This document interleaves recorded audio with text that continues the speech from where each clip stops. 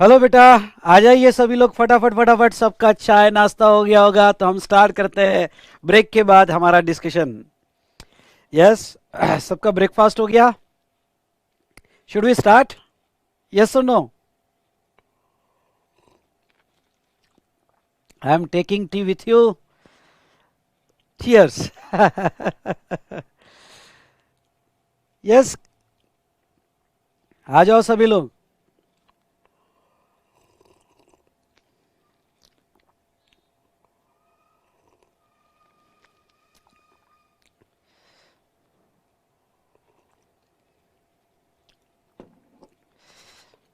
तो चलिए शुरू करते हैं हमारा रिवीजन। डिस्कशन को आगे बढ़ाते हैं। एंजॉय कर रहे हो आप सभी लोग? बोलो वाह वाह वाह वाह। क्या है, कॉन्फिडेंस आता है, बोलो वाह वाह। या चलिए।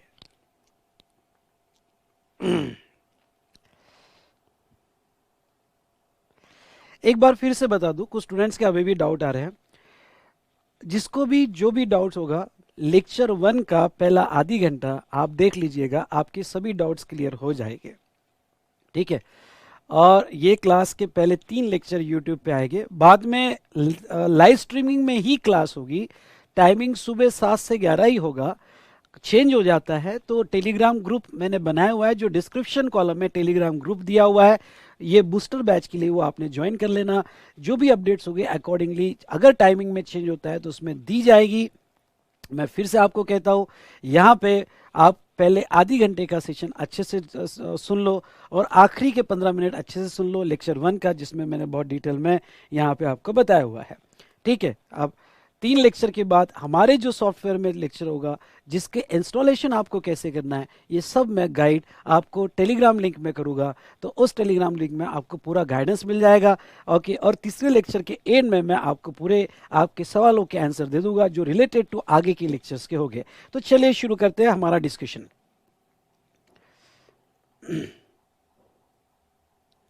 अब आते हैं बेटा शेड्यूल 2 पे। तो चलिए, हमारा शेड्यूल 1 हो गया, शेड्यूल 3 हो गया, अब शेड्यूल 2।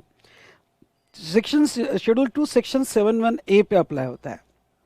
जैसा सेक्शन 7(1) हमने देखा, उसके बाद में सेक्शन 7(1) कैपिटल ए क्या कहता है?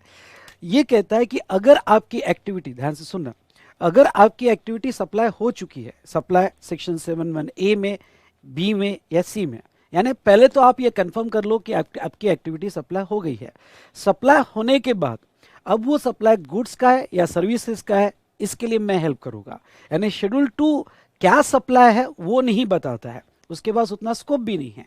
यहाँ पे स्कोप मतलब उसको उतनी पावर भी नहीं है। शेड्यूल 2 सिर्फ इतना बताता है कि जो एक्टिविटी 7(1)(a, मतलब sale, transfer, barter, exchange, lease, rental, disposal, made और agreed to be made for consideration in the course of business, 7(1)(b import of service, या 7(1)(c शेड्यूल 1 जो 4 पैराज है, तो वो 4 पैराज के अंडर सप्लाई विदाउट कंसिडरेशन अगर supply हो जाता है, तो बस मैं इतना आपको हेल्प करूंगा कि वो सप्लाई गुड्स और सर्विसेज है। Now schedule 2।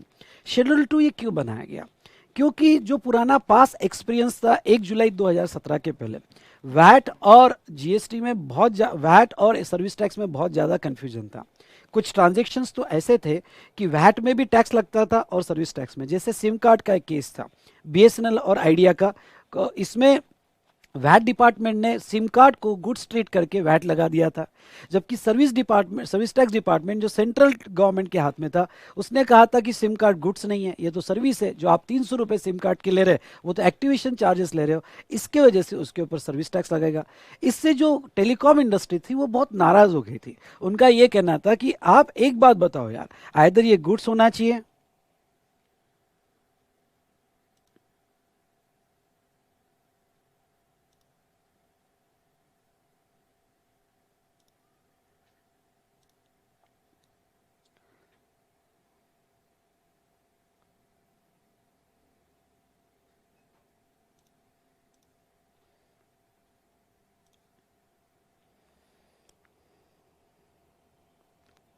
ठीक है, आइदर बेटा ये गुड्स होना चाहिए। Just a minute.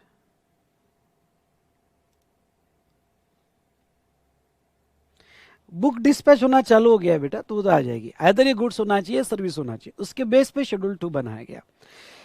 तो चलिए, कुछ ऐसे कॉन्ट्रैक्ट जिससे रिलेटेड यहाँ पे, जैसे सिम कार्ड में तो बाद में सुप्रीम कोर्ट का डिसीजन आ गया था कि वो सप्लाई ऑफ सर्विस मानी जाएगी, पर वो जो प्रॉब्लम्स पहले हुए वो अब नहीं होने चाहिए, इसलिए उन्होंने एक शेड्यूल ही बना दिया। और यहाँ पे कुछ कॉन्ट्रैक्ट को स्पेसिफिक उन्होंने आइडेंटिटी दे दी कि ये कॉन्ट्रैक्ट ऑलवेज गुड्स का माना जाएगा या ये कॉन्ट्रैक्ट ऑलवेज सर्विस का माना जाएगा। कंफ्यूजन नहीं चाहिए, हमने गुड्स बोल दिया तो गुड्स, सर्विस बोल दिया तो सर्विस, इससे रिलेटेड ये माना जाएगा, जिसमें उन्होंने टोटल 7 पैराग्राफ दिए। ठीक है, तो चलो एक एक पैराग्राफ हम यहाँ पे डिटेल में डिस्कस करते हैं। जैसे ओके, यहाँ पे सप्लाई ऑफ गुड्स, जब आप किसी को गुड्स देते हो, लेट्स टेक एग्जांपल, ये मोबाइल मैं यहाँ किसी और को दे रहा हूँ, ये मोबाइल देते वक्त वो देखते हैं कि ठीक है, दिखने में तो गुड्स जा रहा है, यानी अगर एक लेमैन कहेगा तो लेमैन कहेगा कि आप तो गुड्स दे रहे हो, आप तो गुड्स दे रहे हो। नहीं, आप लेमैन जैसी बात मत करना, आप प्रोफेशनल कोर्स कर रहे हो और आप इसमें एक्सपर्टीज नॉलेज ले रहे हो और आप स्मार्ट बन रहे हो। तो ऐसे सिचुएशन में आप लेमैन की बातों पे मत जाना, दिखने में तो गुड्स जा रहा है, लेकिन ये कॉन्ट्रैक्ट का नेचर देखना। अब जब कोई किसी को गुड्स दे रहा है तो गुड्स के साथ टाइटल दे रहा है, ध्यान सुनिएगा, गुड्स के साथ टाइटल दे रहा है, तो अगर वो टाइटल दे रहा होगा तो वो कॉन्ट्रैक्ट यहाँ पे सप्लाई ऑफ गुड्स माना जाएगा, वो कॉन्ट्रैक्ट सप्लाई ऑफ गुड्स का माना जाएगा। और इस एक्ट की सभी प्रोविजन सप्लाई ऑफ गुड्स की उसको लगेगी। मतलब क्या कि एडवांस पे टैक्स नहीं है क्योंकि सप्लाई ऑफ गुड्स है, टाइम ऑफ सप्लाई गुड्स के हिसाब से फिक्स होगा, इनवॉइस बेसिस पे फिक्स होगा, प्लेस ऑफ सप्लाई गुड्स के हिसाब से फिक्स होगा, एग्जम्पशन गुड्स के हिसाब से दिए जाएंगे। तो टाइटल ऑफ द गुड्स जो है जा रहा होगा तो सप्लाई माना जाएगा। या फिर फ्यूचर टाइटल जा रहा है, चलो जब आप किसी को गुड्स दे रहे हो तो गुड्स देते वक्त टाइटल अभी नहीं, फ्यूचर टाइटल जा रहा है। ठीक है, तो अगर आपका यहां पे फ्यूचर टाइटल जाता है तो जैसे हायर परचेस कॉन्ट्रैक्ट हुआ, तो वो भी कॉन्ट्रैक्ट जिस दिन आप पहली बार गुड्स दोगे, even though ownership last instalment पे जा रही होगी, तभी पहली बार गुड्स देते वक्त से ही उसे सप्लाई ऑफ गुड्स का कॉन्ट्रैक्ट माना जाएगा और उसको सारी ट्रीटमेंट इस एक्ट में सप्लाई ऑफ गुड्स के हिसाब से मिलेगी। ये तो बात हुई जब आप किसी को गुड्स देते हो। ये दो चीजें को उन्होंने क्लियर कर दिया कि ये सप्लाई ऑफ गुड्स के कॉन्ट्रैक्ट माने जाएंगे। लेकिन गुड्स से रिलेटेड और ट्रांजैक्शन होते हैं, जैसे पहला एग्जांपल लेते हैं, transfer of right in goods. मतलब मैं किसी को गुड्स दे रहा हूं लेकिन मैं उसको टाइटल नहीं दे रहा हूं, ये गुड्स यूज करने के राइट्स दे रहा हूं, भाई मुझे वापस कर देना। फिर राइट्स में आप हो सकता है कि यहाँ पे ऑपरेटिंग लीज पे दे रहे हो, रेंट पे दे रहे हो, जैसे मैं मोबाइल रेंट पे दे रहा हूँ, कैमरा रेंट पे दे रहा हूँ, चेयर्स रेंट पे दे रहा हूँ, यूटेंसिल्स रेंट पे दे रहा हूँ, तो जो मशीनरी रेंट पे दे रहा हूँ। तो अगर आप किसी को राइट्स दे रहे हो जिसका पैसा ले रहे हो, तो वो कॉन्ट्रैक्ट यहाँ पे सप्लाई ऑफ सर्विस के माने जाएंगे, गुड्स के नहीं माने जाएंगे। तो यहाँ पे ट्रांसफर ऑफ टाइटल, तो उन्होंने transfer of title, right in goods ये कवर कर लिया। दूसरा बेटा जो इंपॉर्टेंट है वो जो कवर करना चाहते हैं वो undivided share. Undivided share in goods मतलब बहुत सी बार क्या है कि गुड्स जेवी में परचेस होता है, समझ लो कोई मशीन हमने जेवी में परचेस की और मैं अपना शेयर जो है, अब मुझे वो मशीनरी में शेयर नहीं रखना, किसी और को देना चाहता हूं, तो जेवी में जो आपने गुड्स खरीदा और वो उसका शेयर किसी और को ट्रांसफर करना चाहते हो, तो वो कॉन्ट्रैक्ट सप्लाई ऑफ सर्विस का माना जाएगा। इसके लिए मैंने अपने रेगुलर क्लास में एग्जाम्पल लिया था, वो एग्जाम्पल आपके साथ शेयर करना चाहूंगा, तो आपको ये अनडिवाइडेड शेयर से रिलेटेड यस एग्जाम्पल वो याद आ जाएगा। देखो 2003 की बात है, जब मैं पुणे में यहाँ पे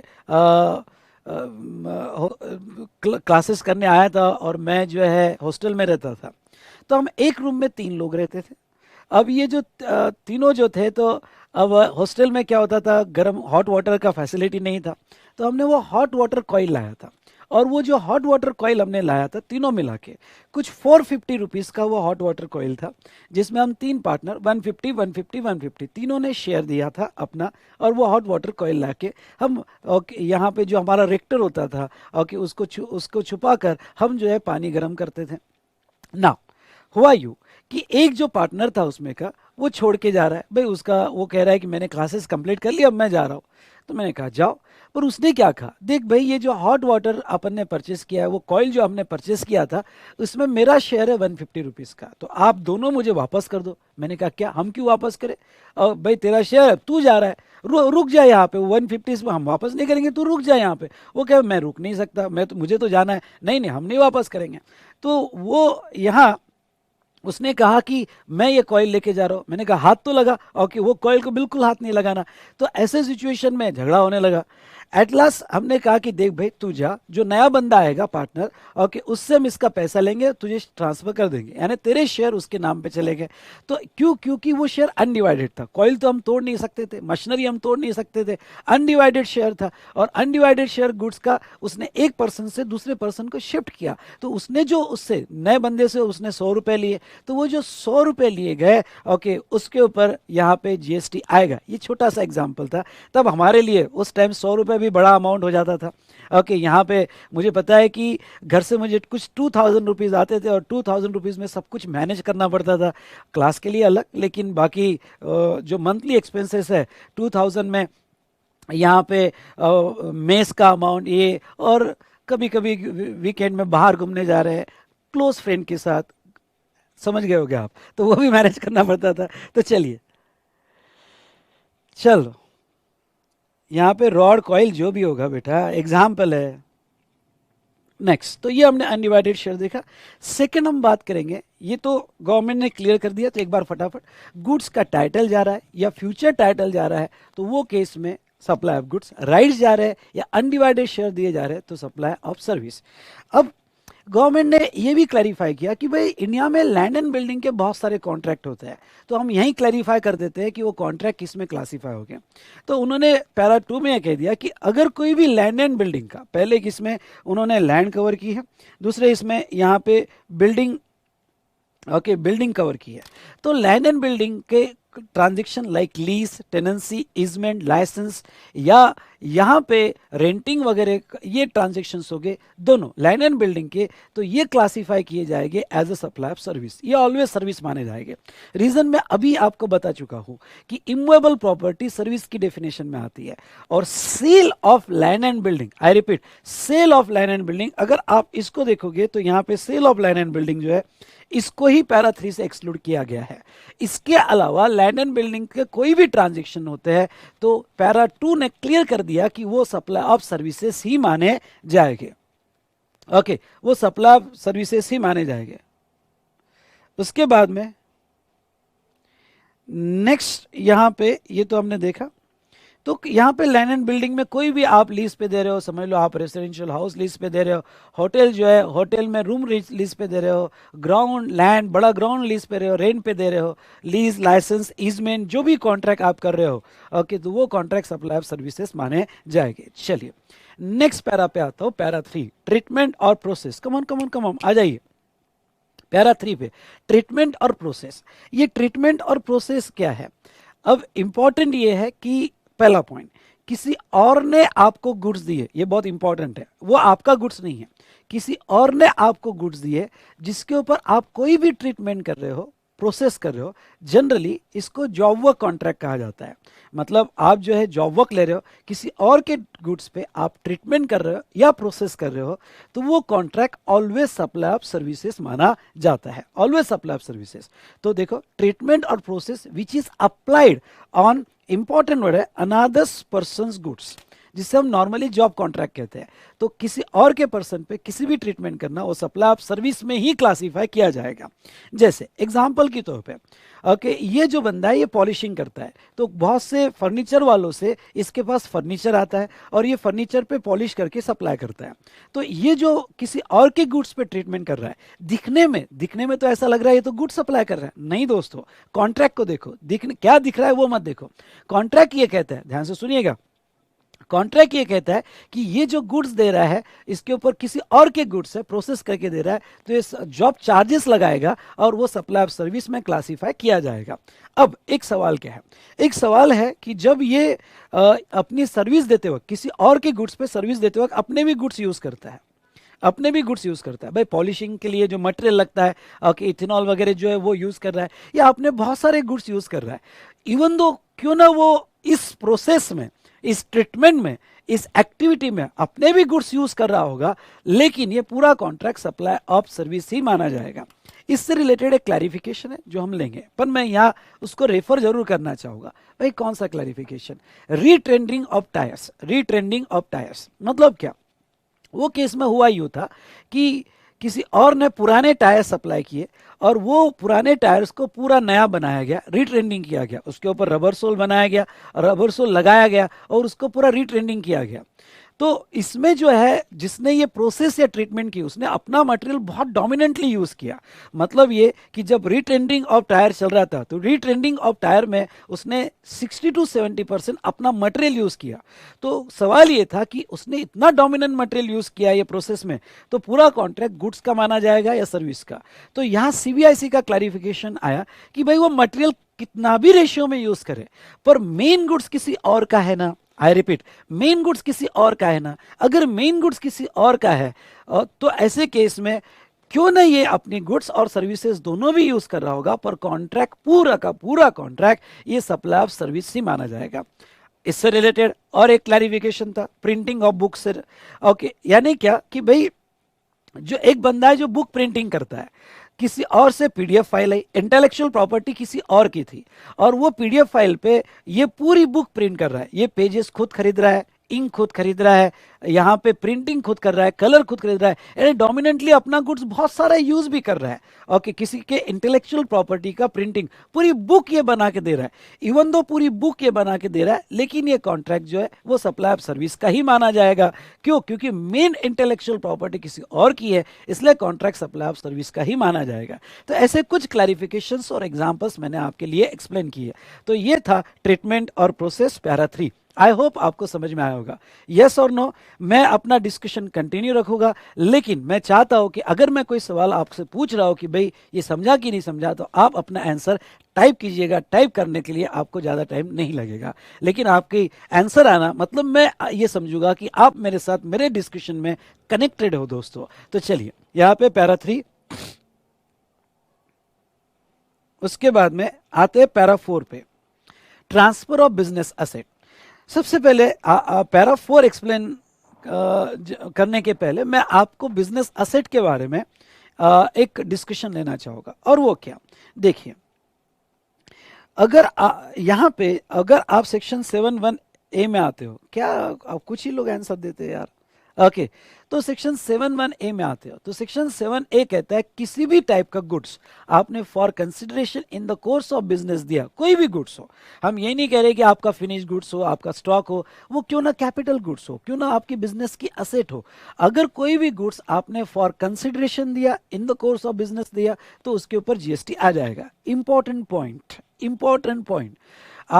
अगर वो कंसिडरेशन पे है, 7(1)(a) में आता है, तो आपने आईटीसी लिया हो या ना लिया हो, उससे कोई लेना देना नहीं है, उससे कोई लेना देना नहीं है। एग्जाम्पल के तौर पे आपने कोई असेट खरीदी और वो असेट का आईटीसी नहीं लिया, वो असेट का आईटीसी नहीं लिया और आपने वो असेट बेच दी in the course of business जिसमें कंसिडरेशन मिला है, तो 7(1)(a) आईटीसी का क्राइटेरिया रखता ही नहीं है। 7(1)(a) कहता है sale made for consideration in the course of business supply. अरे sir, no ITC taken, sorry sir, but no but shut, only cut to cut. वो आईटीसी का क्राइटेरिया ही नहीं है यहाँ पे, लिया और नहीं लिया, पैसा मिलाना, तुमको मिला हमको भी चाहिए। लेकिन अगर कोई बिजनेस असेट आपने फ्री दे दी, बिजनेस असेट आपने फ्री दे दी, फ्री के वक्त वो आईटीसी का क्राइटेरिया पे ही जीएसटी लगाना चाहते हैं। मतलब आपने अगर विदाउट कंसिडरेशन दिया और वो जो बिजनेस असेट आपने दी विदाउट कंसिडरेशन और परमानेंट दे दी जिसका आईटीसी लिया है, तो सप्लाई माना जाएगा। मतलब ये हुआ कि आपका ट्रांजैक्शन पहले चेक करो सप्लाई है क्या। सप्लाई हो सकता है 7(1)(a) का हो जिसमें कंसिडरेशन है, या सप्लाई हो सकता है 7(1)(c) का हो जिसमें विदाउट कंसिडरेशन और आईटीसी लिया हो। अगर सप्लाई है, अगर सप्लाई है, तो अब शेड्यूल 2 क्या कहेगा? शेड्यूल 2 कहेगा कि अब मैं आपको बताता हूं ये सप्लाई गुड्स का माना जाएगा या सर्विस का माना जाएगा। ये सप्लाई गुड्स का माना जाएगा सर्विस। तो इसके लिए आपको हेल्प करता है पैरा 4।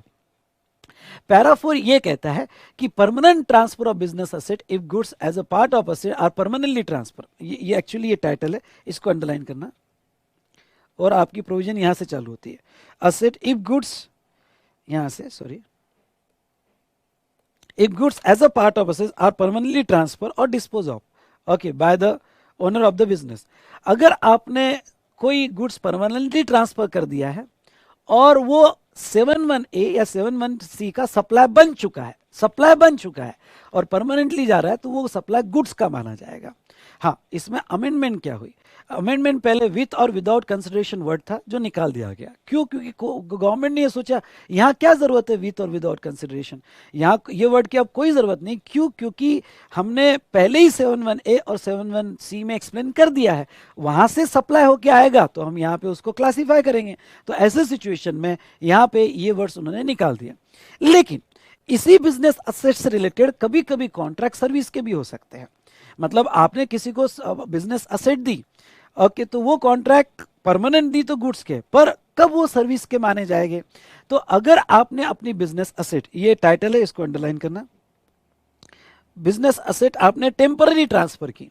अगर आपने बिजनेस असेट टेम्पररी ट्रांसफर की, मतलब if you transfer the business asset in such way that कि वो कुछ पीरियड के लिए प्राइवेट यूज या अदर यूज के लिए है, कुछ पीरियड के लिए प्राइवेट या अदर यूज के लिए दे दी, तो वो कॉन्ट्रैक्ट सप्लाई ऑफ सर्विस के माने जाएंगे।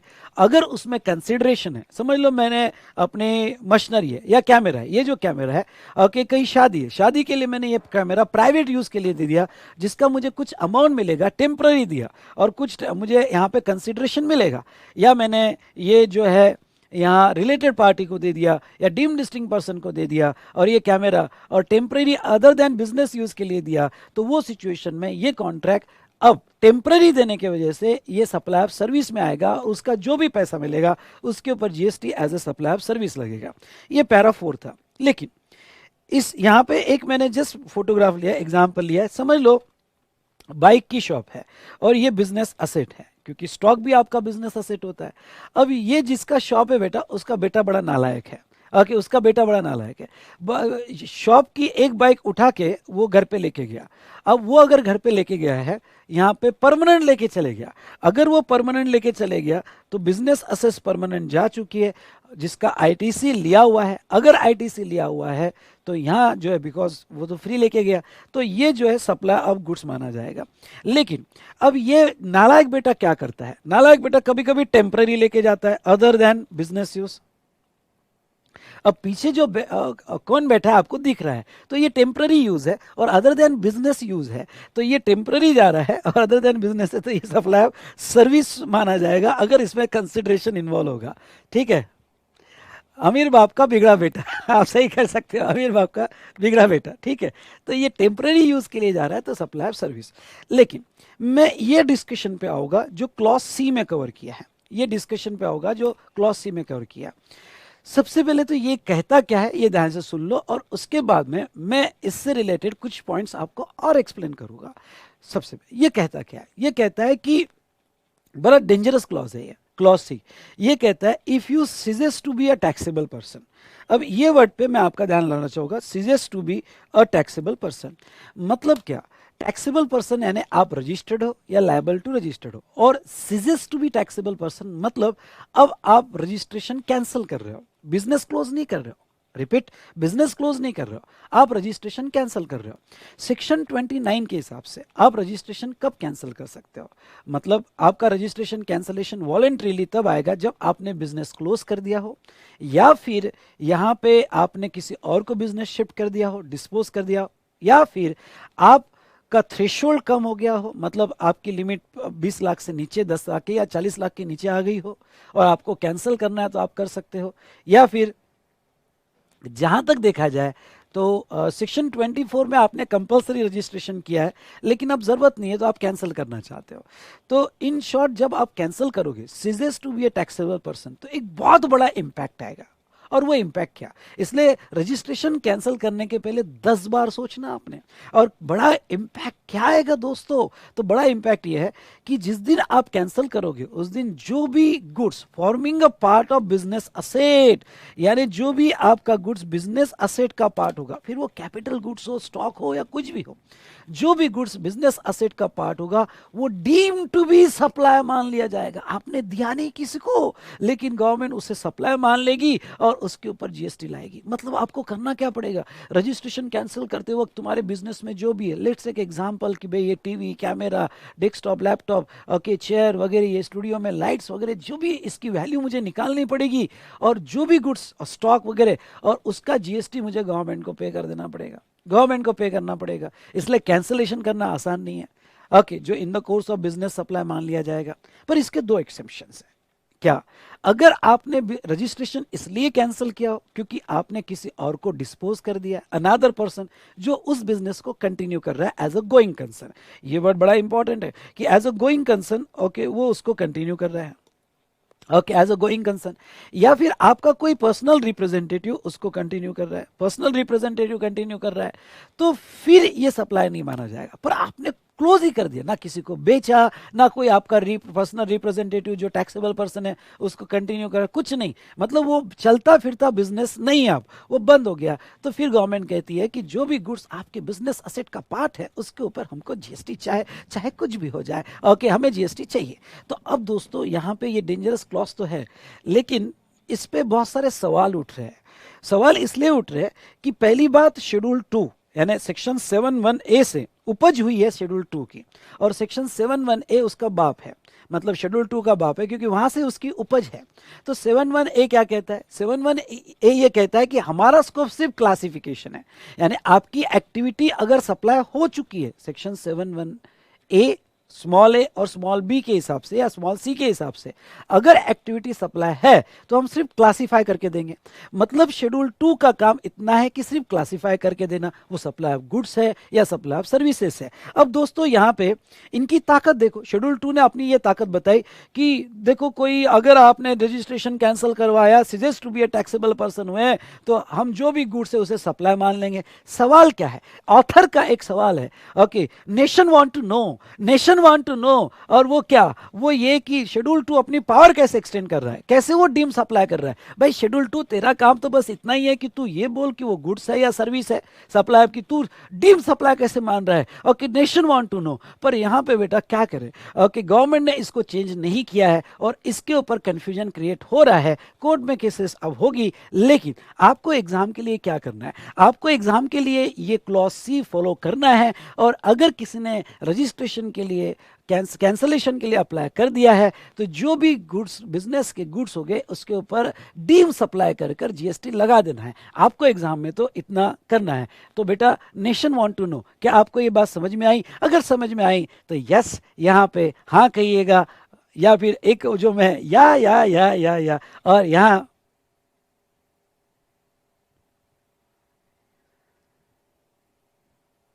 नहीं, ये प्रोविजन, अगर आपका एक सवाल है कि ये प्रोविजन क्यों लाया गवर्नमेंट ने, तो उनके भी जो ऑब्जेक्ट ये था कि जो भी बिजनेस असेट है तो आपने मोस्टली उसका आईटीसी लिया ही होगा। अब उन्होंने आईटीसी क्राइटेरिया नहीं डाला, पर वो प्रिज्यूम करके चल रहे हैं कि आईटीसी तो लिया ही होगा ना बेटा। अब आईटीसी लिया होगा और आपने बिजनेस बंद कर दिया, तो अब तो दे कुछ नहीं रहे, आईटीसी लिया हुआ है तो उसको सप्लाई ट्रीट करो, और जो भी उसकी सेकंड हैंड वैल्यू है उसके ऊपर जीएसटी लगाओ, जो भी आज की डेप्रिसिएटेड वैल्यू सेकंड वैल्यू है उसके ऊपर जीएसटी लगाओ।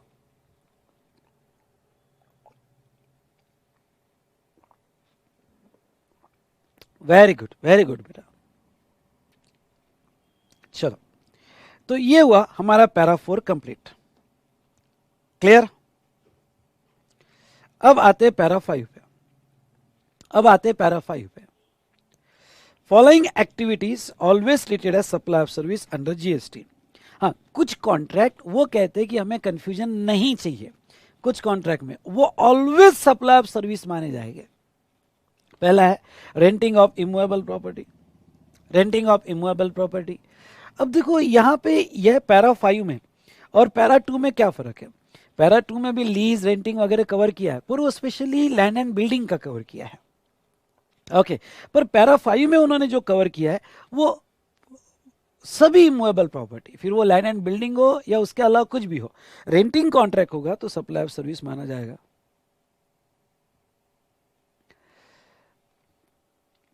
बेटा पहले 3 लेक्चर ही यूट्यूब पे है, फिर आपको बूस्टर बाय करना पड़ेगा, जो हमारे वेबसाइट पे www.vsmartacademy.com पे जाके आप बाय कीजिएगा।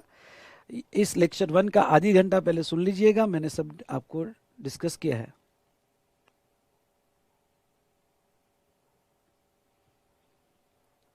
ठीक, अब ये क्लॉज भी जो है यहाँ पे अच्छे समझ लो, वो क्या कहते हैं। स्पेशली ये कवर करता है कंस्ट्रक्शन कॉन्ट्रैक्ट, सॉरी बेटा, ये कवर करता है construction of complex building, civil structure including complex building intended for sale. इसको अंडरलाइन करो,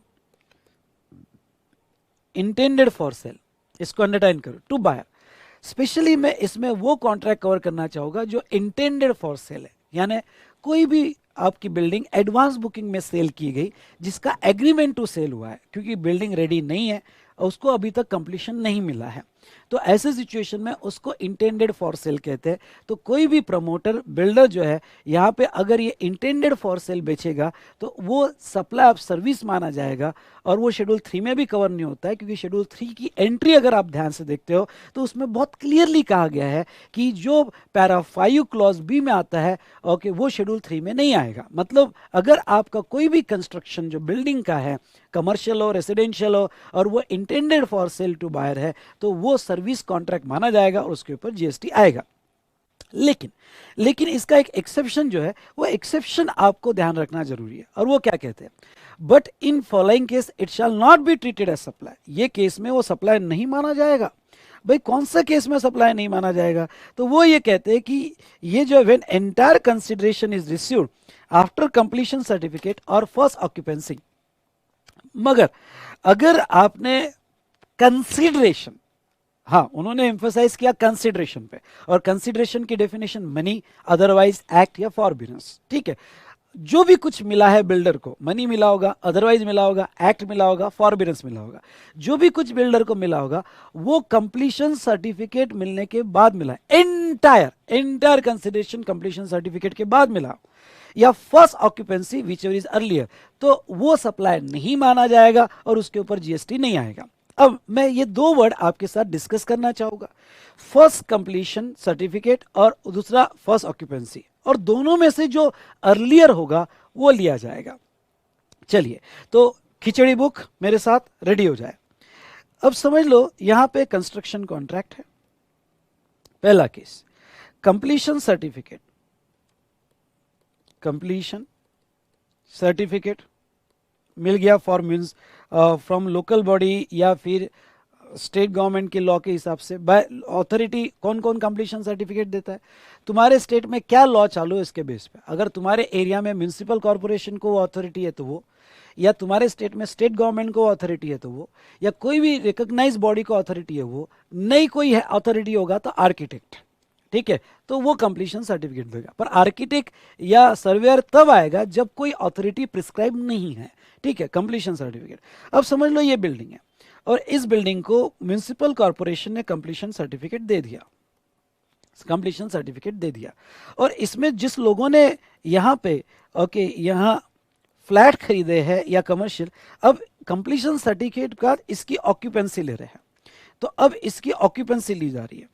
फर्स्ट ऑक्यूपेंसी मतलब जो पहली बार उसमें पोजीशन ले लेगा, ऑक्यूपेंसी मतलब पोजीशन, जो भी पहली बार पोजीशन लेगा, तो इसकी फर्स्ट ऑक्यूपेंसी कंप्लीशन सर्टिफिकेट के बाद मिली। मेरे स्पेलिंग वेलिंग मत देखना क्योंकि खिचड़ी बुक चालू है, वो ऐसा लिखना कि आपको भी ना समझे, पर ये फर्स्ट ऑक्यूपेंसी कंप्लीशन सर्टिफिकेट के बाद दी जा रही है, इसलिए आपका कट ऑफ डेट अब whichever is earlier completion certificate के साथ चेक किया जाएगा। मतलब खरीदने वाले ने अगर पूरा पैसा इसके बाद दिया हो, कंप्लीशन सर्टिफिकेट के बाद दिया हो, तो इसके बाद दिया हो तो जीएसटी नहीं आएगा। पर इसके पहले 1 रुपया भी दे दिया हो, इसके पहले 1 रुपया भी दे दिया हो तो वो केस में जीएसटी आ जाएगा, वो केस में जीएसटी आ जाएगा। क्लियर? नेक्स्ट केस बेटा आप ये ले सकते हो कि एग्जाम्पल के तौर पे यहां, सॉरी अब कहां भाग गया मैं,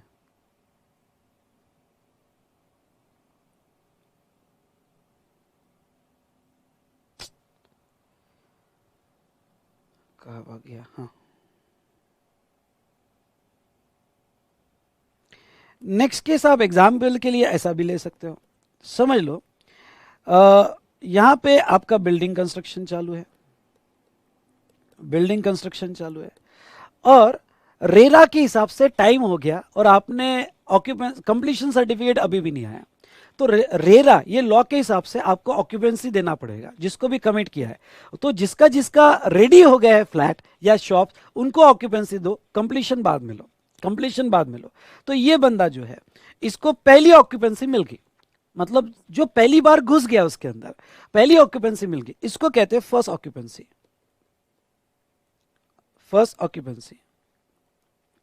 ठीक है। तो जो फर्स्ट ऑक्यूपेंसी आई और पूरे प्रोजेक्ट को कंप्लीशन बाद में आया, पूरे प्रोजेक्ट को कंप्लीशन बाद में आया, क्योंकि रेरा के हिसाब से उसको ऑक्यूपेंसी देनी पड़ी, फर्स्ट कंप्लीशन बाद में आया। तो अब अगर पहली ऑक्यूपेंसी वो प्रोजेक्ट में आ गई, पहली ऑक्यूपेंसी वो प्रोजेक्ट में आ गई, तो यहां पे ये cut off date first occupancy से ली जाएगी। यानी अब कंप्लीशन आया ना है, इस ऑक्यूपेंसी के बाद किसी ने अगर बुक किया होगा, इस ऑक्यूपेंसी के बाद अगर किसी ने बुक किया होगा और पूरा का पूरा पैसा बाद में दिया होगा, तो जीएसटी नहीं आएगा। अब कंप्लीशन से कंपैरिजन नहीं, मतलब कोई एक नया बंदा आया और उस बंदे ने यहां पे पैसा दिया, यहां 50 लाख, और 50 लाख देके फ्लैट बुक किया। तो ध्यान से सुनिएगा, यहां इवन दो ये कंप्लीशन के पहले होगा पर फर्स्ट ऑक्यूपेंसी के बाद है। आई रिपीट, कंप्लीशन के पहले होगा, फर्स्ट ऑक्यूपेंसी के बाद है। हमारा कट ऑफ पॉइंट अब कंप्लीशन से नहीं देखा जाएगा, हमारा कट ऑफ पॉइंट ऑक्यूपेंसी से देखा जाएगा। तो अगर ऑक्यूपेंसी से हम देख रहे हैं तो उसके बाद मिला, तो ये केस में जीएसटी नहीं आएगा। क्या सप्लाई कहा जाएगा? तो बेटा ये केस में सप्लाई सप्लाई नहीं कहा जाएगा। हाँ, इसके पहले अगर मिलता है, यानी कंसिडरेशन इसके पहले मिलता है, तो फिर सप्लाई बोला जाएगा, फिर सप्लाई बोला जाएगा। तो ये उसका मीनिंग हुआ क्या? तो फर्स्ट कंप्लीशन सर्टिफिकेट और first occupancy which ever is earlier, उसमें से जो है वो हमारा कट ऑफ पॉइंट होगा। तो पहले कट ऑफ पॉइंट फिक्स करना, और कट ऑफ पॉइंट फिक्स करने के बाद पैसा बाद में मिला या पहले मिला, ये आपने कंपैरिजन करना है। ठीक है। कंस्ट्रक्शन इंक्लूड्स, यानी ये जो मैं कंस्ट्रक्शन वर्ड यूज कर रहा हूं, construction includes addition, alteration, replacement, remodelling और any other remodelling of any existing civil structure, वो कंस्ट्रक्शन के स्कोप में आएगा। I hope you understood, yes और नो। तो अब देखो, जैसे मैंने एग्जाम्पल लिया है, आपने 80 लाख का कोई इंटेंडेड फॉर सेल में परचेस किया होगा, पहले आपने 40 लाख दे दिए, फिर आपने 20 लाख दिए, तो आपने पैसा पहले दिया है, तो वो टैक्सेबल वैल्यू यानी जीएसटी आएगा, क्योंकि पैसा पहले दे दिया है, और टोटल अमाउंट पे जीएसटी आएगा। आई रिपीट, टोटल अमाउंट पे, ऐसा नहीं कि जो आपने पहले दिया उतनी अमाउंट पे आएगा। टोटल कितना? 80, तो 80 पे आएगा। दूसरा, आपने 1 रुपया भी पहले दे दिया हो और पूरा आपने आफ्टर कंप्लीशन दिया हो या फर्स्ट ऑक्यूपेंसी दिया हो, तो पूरा क्यों ना आपने यानी 1 रुपया पहले दिया है,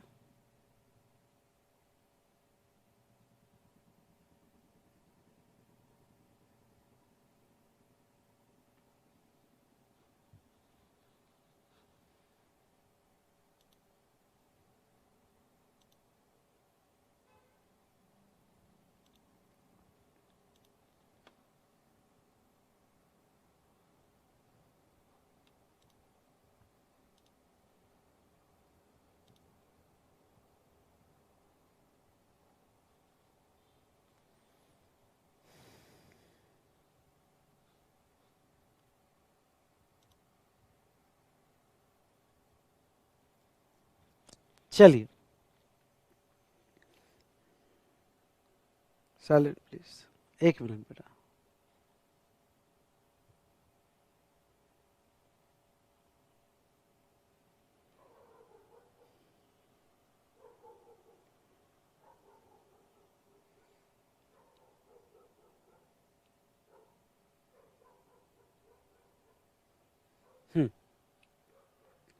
अब नेक्स्ट अगर हम बात करें, अरे यार कुछ गड़बड़ हो रही है।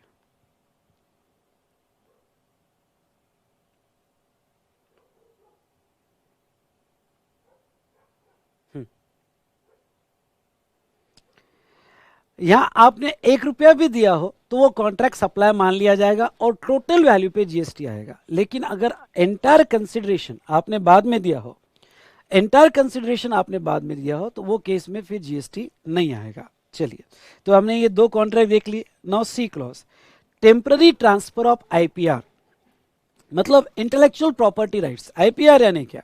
आईपीआर मतलब आपकी इंटेलेक्चुअल प्रॉपर्टी राइट्स। अब ये जो आईपीआर है, इंटेलेक्चुअल प्रॉपर्टी राइट्स है बेटा, ये पेटेंट है, ट्रेडमार्क है, कॉपीराइट्स है वगैरह।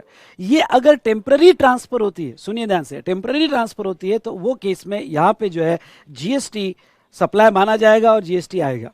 परमानेंट ट्रांसफर है तो सप्लाई ऑफ गुड्स, और टेम्पररी ट्रांसफर है तो सप्लाई ऑफ सर्विसेज। अब टेम्पररी ट्रांसफर, एक एग्जांपल लेना चाहूँगा, समझ लो कि एक रियल एग्जांपल जो मैंने अपने क्लास में भी लिया था, और वो एग्जांपल है बेटा, मेरा कोई एक स्टूडेंट है कि जो 2000, और रियल केस है ये, उसने 2008 में मेरा बैच किया था और वो पास हो गया, उसको आईडीटी में 74 मार्क्स आए और वो पहले अटेम्प्ट में भी पास हो गया। वो 2016 में मेरे पास आया और उसने कहा कि सर आपको याद है 2008 में मैंने क्लास किया था? मैंने कहा यस, तुम सामने ही बेंच पे बैठे थे। यस, मैंने उसका नाम भी लिया कि हाँ सर मुझे याद है। तो मैंने कहा यस बेटा, क्या तुम तो तभी सीए बन गए थे ना? तो उसने कहा यस सर, मुझे आईडीटी में 74 मार्क्स मिले थे। मैंने कहा वेरी गुड। अब यहाँ पे हमारी बातचीत हुई, हम साथ में खाना खाने गए, पुराना स्टूडेंट था, एज अ फ्रेंड ही था बेटा, क्योंकि मैं भी यहाँ पे 3-4 साल ही हुए थे क्लास चालू करने में। तो अब ऐसे सिचुएशन में वो आया और उसने कहा सर मैं पहले जॉब में था, अब मैं पढ़ाना चाहता हूँ। वो राजस्थान का था, पढ़ाना चाहता हूँ। मतलब वेरी गुड, पढ़ा रहा है यार, कौन सा सब्जेक्ट? बोलिए कौन सा सब्जेक्ट? तो उसने कहा सर आईडीटी। मैंने कहा चलो अच्छी बात है, कोई स्टूडेंट पढ़ा है, अच्छी बात है यार, ओके, मैंने दिया हुआ नॉलेज आगे कोई शेयर कर रहा है। तो ऐसे केस में ठीक है बेटा, तो आईडीटी पढ़ा रहा है, तो मुझसे क्या हेल्प चाहिए? तो उसने कहा था सर आपके जो चार्ट्स है या ग्राफिक्स है और आपके जो बुक्स है मुझे अपने क्लास में यूज़ करना है। मैंने कहा वेरी गुड, ओके तुझे क्लास में यूज़ करना है तो बेटा अब बात प्रोफेशनल आ गई। अब मैं अपने राइट्स तुझे टेम्परेरी दूंगा और मुझे इसकी रॉयल्टी चाहिए, मे बी पर स्टूडेंट वाइज रॉयल्टी या लमसम रॉयल्टी चाहिए। तो अब ये कॉन्ट्रैक्ट जहाँ मैं टेम्परेरी ट्रांसफर कर रहा हूँ अपनी intellectual property, may be copyright, may be patents, may be trademark, know how, जो भी होगा, तो ये जो मैं टेम्परेरी ट्रांसफर कर रहा हूँ ये कॉन्ट्रैक्ट जो है सप्लाई ऑफ सर्विस माना जाएगा। पर ख्याल रहे, परमानेंट ट्रांसफर कर दिया मतलब मैंने परमानेंटली दे दिया होगा तो वो गुड्स में शिफ्ट होता है, अदरवाइज ओके टेम्परेरी इसमें आएगा। Next clause, development design programming, ध्यान से देखिएगा, development design programming customisation etcetera of information technology software. तो सॉफ्टवेयर से रिलेटेड, सॉफ्टवेयर का development, designing, programming, customisation, adaptation, ऐसे जितने भी कॉन्ट्रैक्ट सॉफ्टवेयर से रिलेटेड है वो कॉन्ट्रैक्ट सप्लाई ऑफ सर्विस माने जाएंगे और जीएसटी लॉ की सप्लाई ऑफ सर्विस के ही प्रोविजंस अप्लाई होगी। नाउ नेक्स्ट क्वेश्चन जो बड़ा ये है इंपॉर्टेंट है कि देखो सॉफ्टवेयर कब सप्लाई ऑफ गुड्स माने जाते हैं और कब सप्लाई ऑफ सर्विस। और आप अगर गुड्स होगा तो आपको जीएसटी का रेट गुड्स का यूज करना पड़ेगा, और सर्विस होगा तो सर्विस में आपको जीएसटी का रेट सर्विस का यूज करना पड़ेगा। जैसे सॉफ्टवेयर गुड्स है तो 12% का जीएसटी है, लेकिन सॉफ्टवेयर से रिलेटेड सर्विसेज होगी तो 18% का जीएसटी है। अब बहुत सी बार सॉफ्टवेयर इंडस्ट्री में ये क्वेश्चन आ जाता है, क्या क्वेश्चन, कि सर मैंने जो है यहाँ पे ध्यान से सुनो कि हमने सॉफ्टवेयर डेवलप करके दिया है, प्रोग्राम करके दिया है, डिज़ाइन करके दिया है, उसमें एडॉप्टेशन कस्टमाइजेशन करके दिया है, तो वो केस में अगर आपने सामने वाले के हिसाब से सॉफ्टवेयर बना के दिया, क्यों ना सीडी पे दिया हो, पर बना के दिया है या उसमें चेंजेस करके दिए है, तो वो कॉन्ट्रैक्ट सप्लाई ऑफ सर्विस का होगा। लेकिन प्री पैक सॉफ्टवेयर आपने कोई डेवलप डिज़ाइन करके नहीं दिया है, बना हुआ सॉफ्टवेयर आपने बेचा है, समझ लो कोई यहाँ एंटीवायरस का सॉफ्टवेयर है या कोई भी ऐसा सॉफ्टवेयर, माइक्रोसॉफ्ट ऑफिस है, बनाया हुआ बेचा है, तो वो केस में वो कॉन्ट्रैक्ट सप्लाई ऑफ गुड्स का माना जाएगा, वो कॉन्ट्रैक्ट सप्लाई ऑफ गुड्स का माना जाएगा जो रेडी प्री पैक सॉफ्टवेयर है।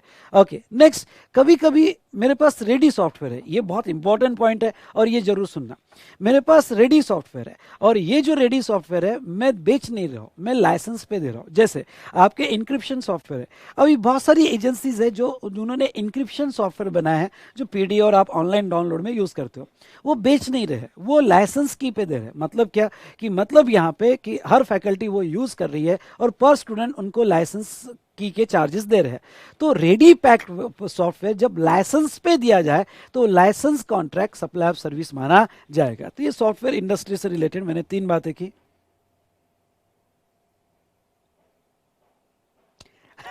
सर बहुत से लोग आपके लेक्चर देखकर पढ़ाते हैं, थैंक यू बेटा, अच्छी बात है। तो यहाँ तक देखा जाए तो यहाँ पे यस ये सप्लाई ऑफ सर्विस। तो चलो डी क्लॉज हो गया। नेक्स्ट हम देखेंगे E clause, agreeing to the obligation to refrain from an act और टू टॉलरेट एन एक्ट।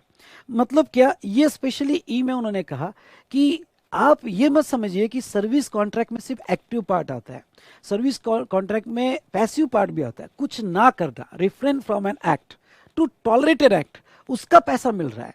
तो refrain from act to tolerate an act, ये कॉन्ट्रैक्ट भी जो है वो सप्लाई ऑफ सर्विस माना जाएगा और सप्लाई ऑफ सर्विस में क्लासीफाई होगा। जैसे एग्जाम्पल के तौर पे बैंक, आपने यहाँ पे बैंक का प्री क्लोजिंग कर दिया, यानी बैंक से लोन लिया और टर्म के पहले क्लोज कर दिया, तो आपको यहाँ पे प्री क्लोजिंग चार्जेस होते हैं, क्योंकि बैंक आपको टॉलरेट करिए कि यह क्या यार, हमने आपको 5 साल के लिए लोन दिया था, आप 2 साल में ख़त्म कर रहे हो, तो प्री क्लोजिंग चार्जेस बैंक आपको लगाती है। अब बैंक जो आपको ये प्री क्लोजिंग चार्जेस लगाती है, टॉलरेंस चार्जेस है, उसके ऊपर जीएसटी आएगा। उसके बाद में बहुत सी डीमरेज चार्जेस जो कस्टम्स एरिया में लगते हैं, कि आपने 30 दिन से ज़्यादा गुड्स कस्टम्स एरिया में रखा तो उसकी पेनल्टी डीमरेज चार्जेस लगते हैं, तो वो भी यहाँ जहाँ तक देखा जाए तो वो टॉलरेंस चार्जेस में आते हैं। या बहुत सी पेनल्टीज, गवर्नमेंट की पेनल्टी छोड़ के, गवर्नमेंट की पेनल्टी पे क्लैरिफिकेशन है कि वो सप्लाई नहीं माना जाएगा, पर जो भी जब भी कोई पेनल्टी लगाता है या लेट फी लगाता है तो वो टॉलरेंस चार्जेस है, और उस पेनल्टी और लेट फी पे जीएसटी आता है as a supply of service. ये ई क्लॉज था। और एफ क्लॉज वैसे कोई ज़्यादा इंपॉर्टेंट नहीं है, पर जस्ट रीड कर लेता हूँ। Transfer of right to use any goods for any cash, deferred payment और अदर वैल्यूएबल कंसिडरेशन। मतलब क्या, मतलब आपने अगर कोई गुड्स के राइट ट्रांसफर किए तो वो सिचुएशन में फॉर कंसिडरेशन और डेफर्ड पेमेंट, तो वो सिचुएशन में contract of supply of service माना जाएगा। सर ये एफ क्लॉज, और ये जो है आपने स्टार्टिंग में बताया था पैरा वन का ये transfer of right in goods, दोनों में डिफरेंस बता देता हूँ। पैरा वन में जो यहाँ दिया है वो transfer of right in goods का है, और ये जो है transfer of right to use any goods का है। Okay, transfer of right to use any goods का है। तो सर इन दोनों में क्या डिफरेंस है, इसके लिए बहुत बड़ी हिस्ट्री है, पर शॉर्ट में बता दूं। जब आप जस्ट हायरिंग कर रहे हो, सिर्फ कस्टडी दे रहे हो, कंट्रोल नहीं दे रहे हो, जैसे कैमरा, आप मेरे पास से कैमरा हायर करके लेके जा रहे हो, मैंने सिर्फ आपको कस्टडी दी है। बाइक हायर करके दे रहे हो, मैं सिर्फ कस्टडी दे रहा हूँ, कंट्रोल नहीं दे रहा हूँ। यानी कैमरा में कल कुछ खराबी होती है तो आप हाथ मत लगाना कैमरे को, मेरे बाइक को हाथ मत लगाना, लाके चुपचाप यहाँ रख देना और मुझे बताना क्या प्रॉब्लम है। ओके, आपको कंट्रोल नहीं दे रहा हूँ मैं, आपको पूरा इसके राइट्स नहीं दे रहा हूँ मैं सिर्फ हायरिंग कर रहा हूँ। अगर मैं हायरिंग में सिर्फ कस्टडी दे रहा हूं तो वो कहा जाता है transfer of right in goods, transfer of right in goods, जहां जस्ट मियरली हायरिंग हो रही है और उसका रेंट आ रहा है, वो भी सप्लाई ऑफ सर्विस है। लेकिन कभी कभी क्या होता है, जब मैं कोई किसी को गुड्स के राइट देता हूं तो पूरे कंट्रोल के साथ देता हूं, जैसे फाइनेंशियल लीज हुई, पूरे कंट्रोल के साथ कि भाई ये देखो गुड्स मेरा है पर तू यूज कर, और पूरा कंट्रोल सुपरविजन तेरे पास। तो अगर इसमें कोई मशीन में खराबी आती है तो तू ही चेक कर लेना भाई। ओके, सब कुछ तेरा, सिर्फ नाम मेरा।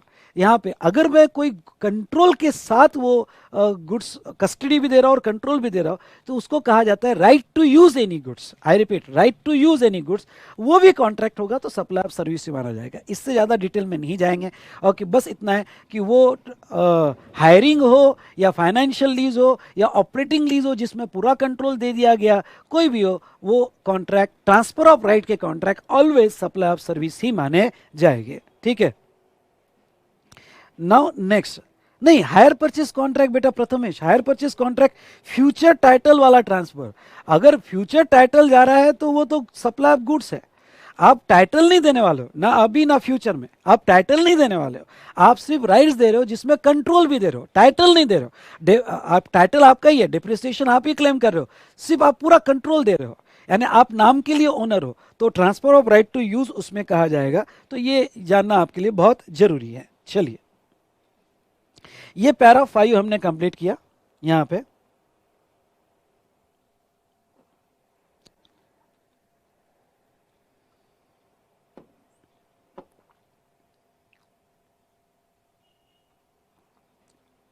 चलो,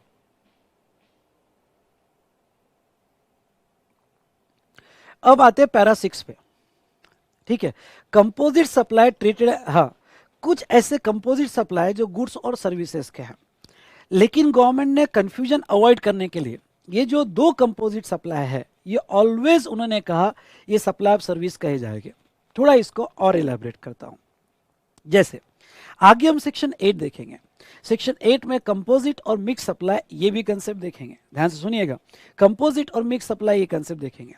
सेक्शन 8 में ये कहा गया है कि जब कॉन्ट्रैक्ट आपके कंपोजिट हो, goods plus goods, goods plus service, service plus service, जब आपके कॉन्ट्रैक्ट कंपोजिट सप्लाई हो तो उसमें प्रिंसिपल सप्लाई क्या है, गुड्स का है या प्रिंसिपल सप्लाई सर्विस का है, ये आप देखिएगा और उसके बेस पे पूरा कॉन्ट्रैक्ट के नेचर को क्लासिफाई कीजिएगा, ठीक है। लेकिन यहां शेड्यूल 2 और राइट करता है, मतलब क्या, अगर आपका कॉन्ट्रैक्ट शेड्यूल 2 में आता है तो आप सेक्शन 8 अप्लाई नहीं करोगे दोस्तों।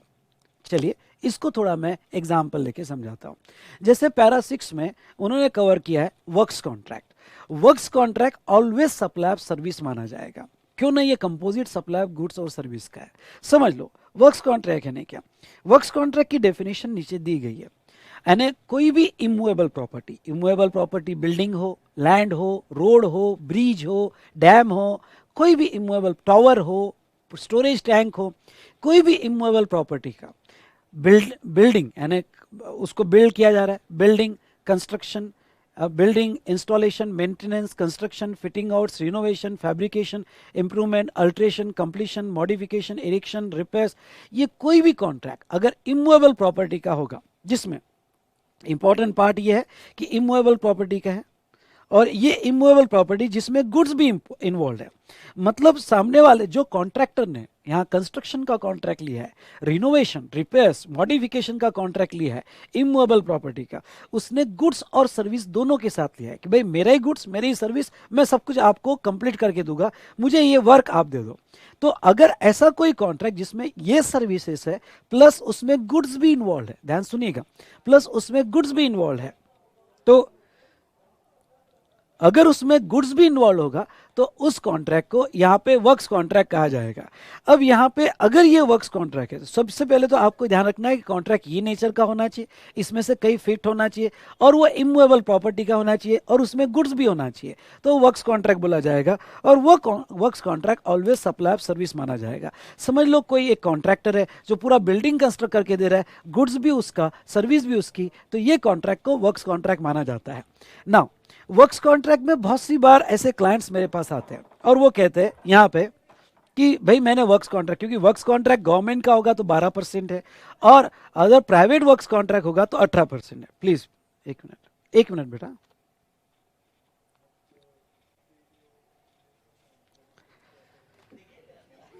अरे उमेश थोड़ा आवाज कम कर।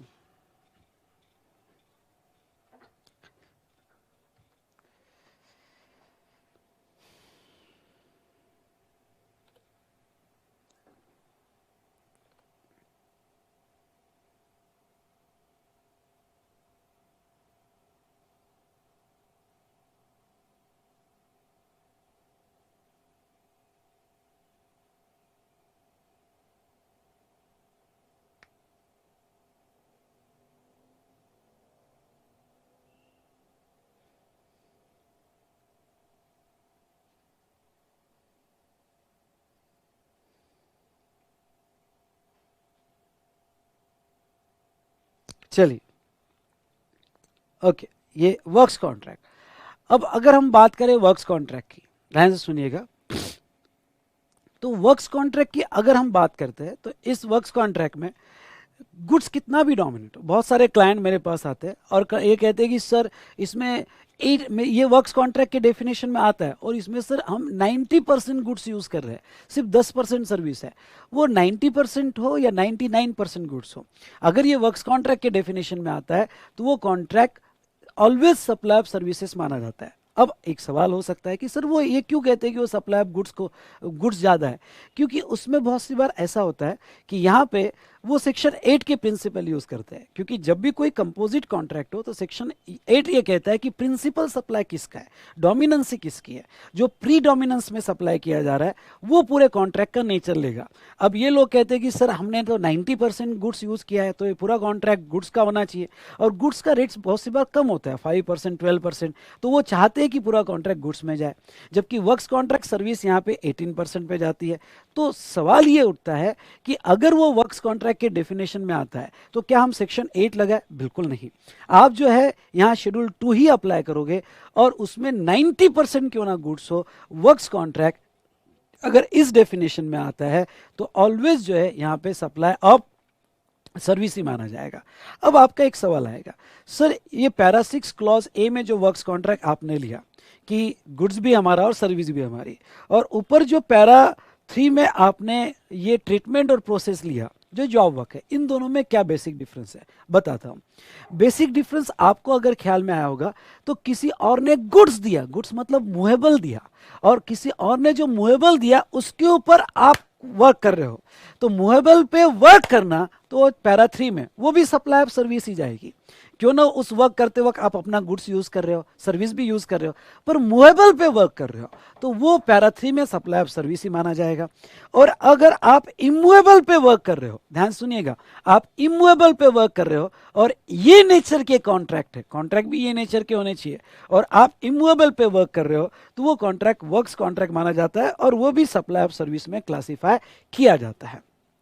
ठीक है, तो ये था regarding to supply of service works contract. उसके बाद में नेक्स्ट जो contract always supply of service मानी जाएगी, भाई नेक्स्ट कौन सा, तो रेस्टोरेंट कैटरिंग। यहां पे देखिए, रेस्टोरेंट कैटरिंग और any other supply of service where food drink is supplied for consideration.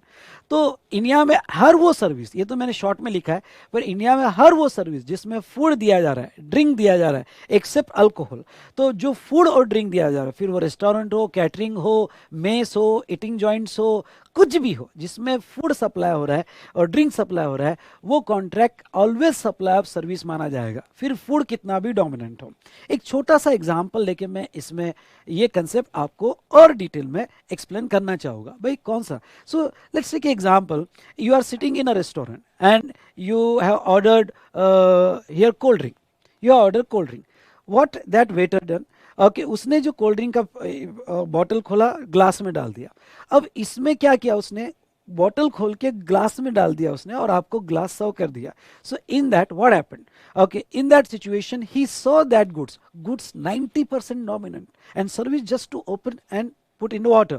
तो ये जो है 10% सर्विस थी, but entire contract treated as supply of service under this clause. Why, because उसने कोई बॉटल सेल नहीं की, एमआरपी विद बॉटल सेल नहीं की, उसने आपको सर्व किया जिसमें 90% क्यों ना गुड्स हो, पर कॉन्ट्रैक्ट सप्लाई ऑफ सर्विस का माना जाएगा। कैटरिंग एंड रेस्टोरेंट सर्विस का कॉन्ट्रैक्ट माना जाएगा, और कैटरिंग और रेस्टोरेंट के लिए 5% स्पेशल रेट है, उसमें वो क्लासीफाई किया जाएगा। लेकिन अगर आपने कोई बॉटल मांगा और उसने यहाँ पे कोका कोला का बॉटल आपको डायरेक्ट सेल किया, कुरकुरे के पैक आपको डायरेक्ट सेल किए, तो वो तो सप्लाई ऑफ गुड्स है, विद एमआरपी वो सेल कर रहा है। तो एक छोटे से एग्जांपल से मैंने आपको ये एक्सप्लेन किया। तो ये दो contract always supply of service माने जाएंगे। I hope you understood. Okay, here para 6. Now next para and last para of schedule 2. Okay, वो क्या है, unincorporated AOP और BOI। सबसे पहले तो आपका ध्यान लाना चाहूँगा एक वर्ड पे, unincorporated AOP और BOI, और ये कोई भी गुड्स अपने मेंबर को सप्लाई करते हैं। अब एक सवाल आ सकता है आपका, सर अनइनकॉर्पोरेटेड यानी क्या, अनइनकॉर्पोरेटेड मतलब जो लीगली रजिस्टर्ड नहीं है, पर इंडिया में आप अनइनकॉर्पोरेटेड AOP और अनइनकॉर्पोरेटेड BOI फॉर्म कर सकते हो। क्यों, आप रजिस्ट्रेशन लेना उसका कंपलसरी नहीं है। तो स्पेशली पैरा 7 जो है उन्होंने लाया, और वो कहते हैं कि अगर एसोसिएशन ऑफ पर्सन और BOI बॉडी ऑफ इंडिविजुअल जो अनइनकॉर्पोरेटेड है और वो अपने मेंबर को कोई भी गुड सप्लाई करेंगे, तो वो सप्लाई ऑफ गुड्स ही माना जाएगा जो अपने मेंबर्स को वो सप्लाई करेंगे। तो इस तरह से यहाँ पे इन्होंने 7 पैरास कवर किए हैं शेड्यूल 2 के बेटा। यस और नो, डन। चलिए, तो ये शेड्यूल 2 के 7 पैरास हमने यहाँ पे कवर किए हैं। हाँ, इससे रिलेटेड कोई सवाल, question, Diwakar?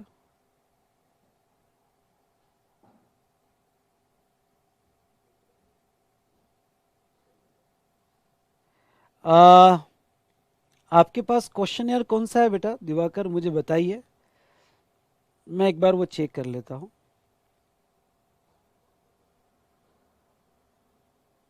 Question number old questionnaire है या नया क्वेश्चनर है, वो चेक करके मुझे बताओ। और तो कोई क्वेश्चन आपका नहीं दिख रहा है। विंडो 10 सप्लाई ऑफ सर्विस और सप्लाई ऑफ गुड्स, विंडो 10 का तो वो सप्लाई ऑफ गुड्स है, रेडी पैक सॉफ्टवेयर है।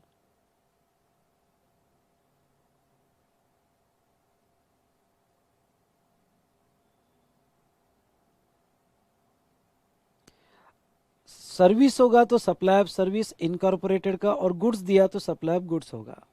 यस,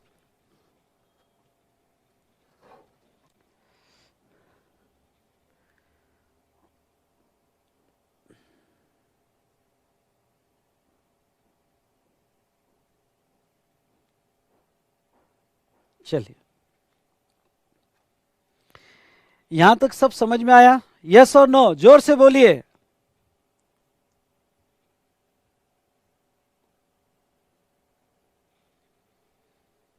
समझ में आया कि नहीं आया आपको?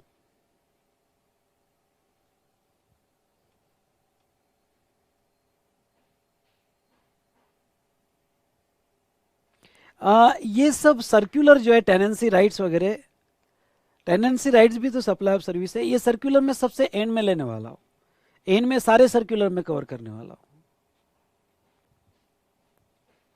बुक्स कब तक आ जाएगी? डिस्पैच चालू हो गया है बेटा बुक्स का।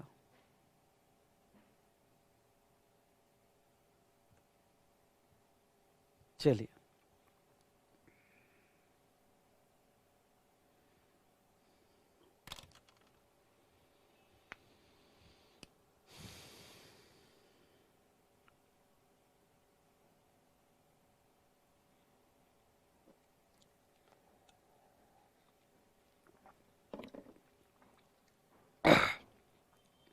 अब यहां पे नेक्स्ट डिस्कशन करेंगे composite supply and mix supply. Next session में हम मोस्टली आरसीएम कवर करेंगे और composition scheme, RCM and composition scheme. इसलिए नेक्स्ट सेशन में इस पे थोड़ा एक आपका रेगुलर क्लास का और लुक करके आ जाना, सो दैट बूस्टर रिवीजन में समझना आपको आसान होगा। चलो, सेक्शन 8 कंपोजिट और मिक्स सप्लाई।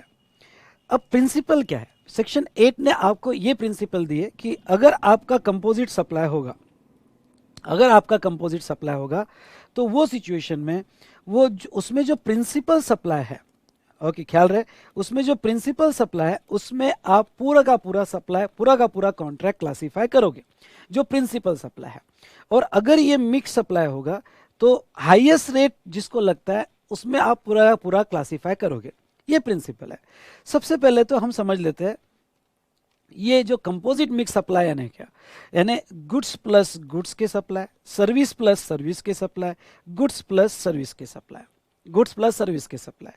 अब आपको जस्ट क्लासिफाई करना है, जब भी ऐसा कंबो रेडी हो जाए तो आपको क्लासिफाई करना है कि ये कंपोजिट है या मिक्स है, कंपोजिट है या मिक्स है। अगर ये कंपोजिट होते हैं तो प्रिंसिपल सप्लाई जो होगा उसमें पूरा कॉन्ट्रैक्ट क्लासिफाई होगा, और मिक्स है तो ये हाईएस्ट रेट में क्लासिफाई होगा। अब समझ लो प्रिंसिपल सप्लाई दो पॉसिबिलिटी है, principal supply supply of goods होगा या principal supply supply of service होगा। अब प्रिंसिपल कैसे, तो उसमें डोमिनेंसी किसकी है, गुड्स की या सर्विस की? ये जो फैक्ट्स ऑफ सर्कमटेंसेस को देख के आपको डिसाइड करना पड़ेगा। अगर उसमें गुड्स की डोमिनेंसी है, ध्यान सुनिएगा, गुड्स की डोमिनेंसी है तो वो गुड्स में जो प्रिंसिपल का रेट होगा वो पूरे सप्लाई को अप्लाई होगा। अगर सर्विस की डोमिनेंसी है तो सर्विस को जो रेट होगा वो पूरे कॉन्ट्रैक्ट को अप्लाई होगा। यहां मिक्स सप्लाई में जिसका हाईएस्ट रेट है, हाईएस्ट रेट है वो पूरे कॉन्ट्रैक्ट को नेचर देगा, फिर हायर रेट गुड्स का हो या सर्विस का हो, ओके, वो पूरे कॉन्ट्रैक्ट को नेचर देगा।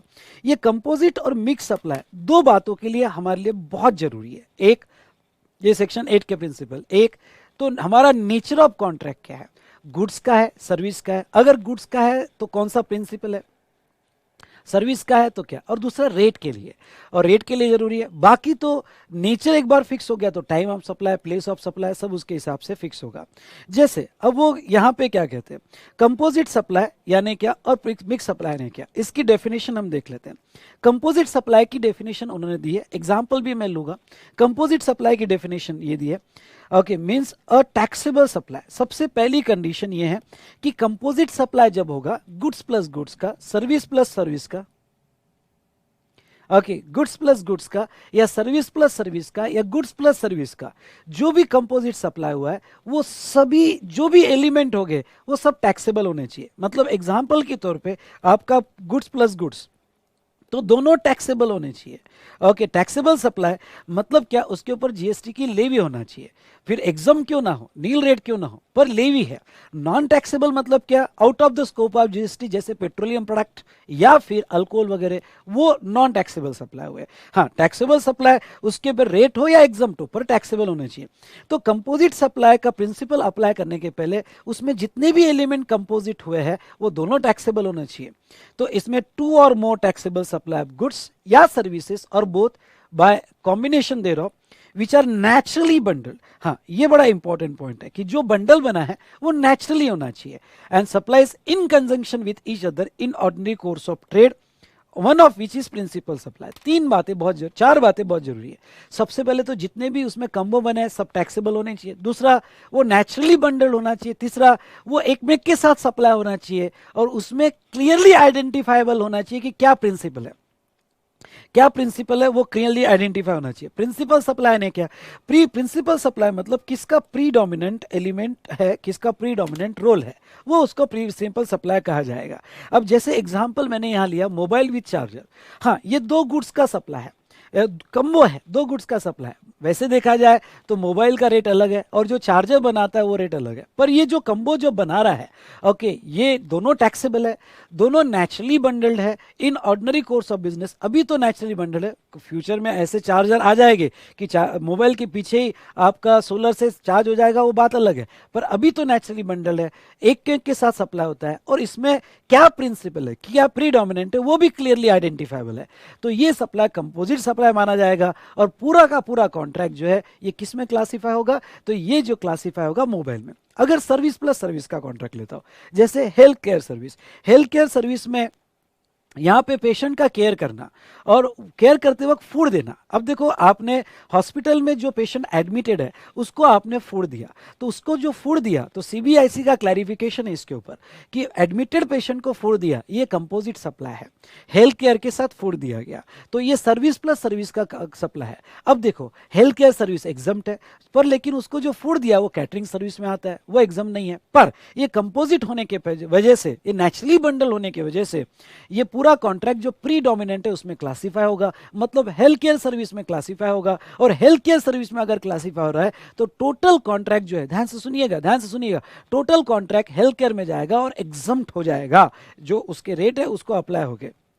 नाउ होटल में आप ब्रेकफास्ट दे रहे हो, तो ब्रेकफास्ट देना होटल में, अब रेंटिंग ऑफ होटल 18% में आता है होटल रूम्स, और ब्रेकफास्ट कैटरिंग 5% में आता है, पर होटल के साथ आपने ब्रेकफास्ट सर्विस दी, तो अगेन ये कंपोजिट सप्लाई है, सर्विस प्लस सर्विस का इसमें डोमिनेंस कंपोजिट है, तो फिर प्रिंसिपल क्या है, रेंटिंग ऑफ रूम है, तो पूरा इसमें क्लासीफाई कर दिया जाएगा। तो इन सिंपल वर्ड मेरा आपको ये कहना है कि अगर आप फैक्ट्स एंड सर्कमस्टेंसेस को देखो, क्या वो नेचुरली बंडल है, क्या वो एक में के साथ सप्लाई होते हैं, और उसमें प्रिंसिपल सप्लाई क्या है, ये फैक्ट्स को देख के आप डिसाइड करो कि ये कंपोजिट सप्लाई, और कंपोजिट सप्लाई का फिर जो डोमिनेंट होगा उसका रेट कुछ भी हो, उसका रेट 5% हो, 12 हो, 18 हो या एग्जम्प्ट हो, पूरा कॉन्ट्रैक्ट एग्जाम सप्लाई माना जाएगा। ओके, तो ये हमने डिस्कशन यहां पे किया। उसके बाद में